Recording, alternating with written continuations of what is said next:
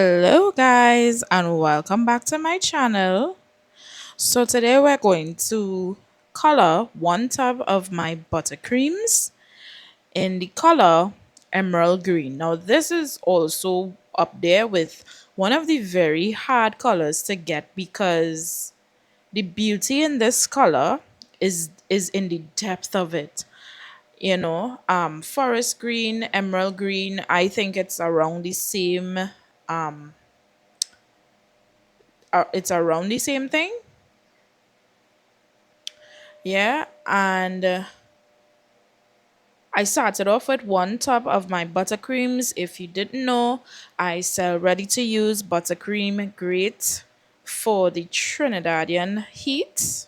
It's very stable, it's smooth, it's not gritty, it's very easy to pipe with and very easy to work with. And whipping it is optional, but you can also use it straight from the tub. So I have seen the past couple years they have brought the gel coloring in these what do I call it? Little containers. And I'm like, okay, cool. Gel coloring is finally available in the groceries, but why is it so hard? Like who thought about this packaging and why did they change it from the squirt bottle? Because with the squirt bottle you were able to accurately pour drops, because sometimes all you may need is a drop, two three drops. I think any baker who is accustomed to that bottle measured coloring by drops. If you needed like a tablespoon for if you were making things like red velvet cake and stuff like that, even that it was easy to put it into the spoon. And I find with these container, it is so hard. I usually try to take like the back of my spoon and then pass it onto it, but that doesn't always work because then the buttercream gets caught up and it's a mess. It's a mess. So I kind of I sped it up a little bit, but I didn't want to speed it up too much because when I was researching immersion blenders, everything was like a really, this is the beginning, this is the end. And for my anxiety, to be sure this was something I wanted to use, I really wanted a video that showed me like that gradual progression that comes with this. Because when I first used the blender, I'm like, okay, the color, I'm doing something wrong because what I've been seeing is like they get that color instantly. And in reality, it takes a little time. So I wanted to be sure that this video was slowed down just so you guys could see that. So you still have to use your spatula to mix it around. Because you're just gonna have like that residual white or the paler color that isn't mixed in. You want to make sure you get all of that in. And as the more you mix, the smoother it actually gets. Now my buttercream is smooth. This makes it smoother.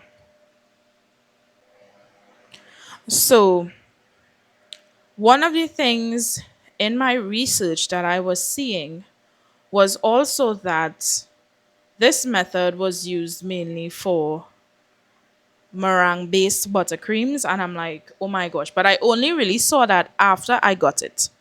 My buttercream, I wouldn't quite say it's American buttercream because I do have shortening in it. And I was like, oh my gosh, maybe it wouldn't work. Like, what is it? And I'm a very curious individual. So I always want to know why or why not. And I tried it and it worked. So I'm not sure why that misinformation was there. And I tried to add, this was really dark, but I needed that deep color. So I added some more coloring to it, gave that a good mix. And you could see the color it has intensified, but I needed to get that dark, leafy, dark in the bush, in the country kind of vibes green.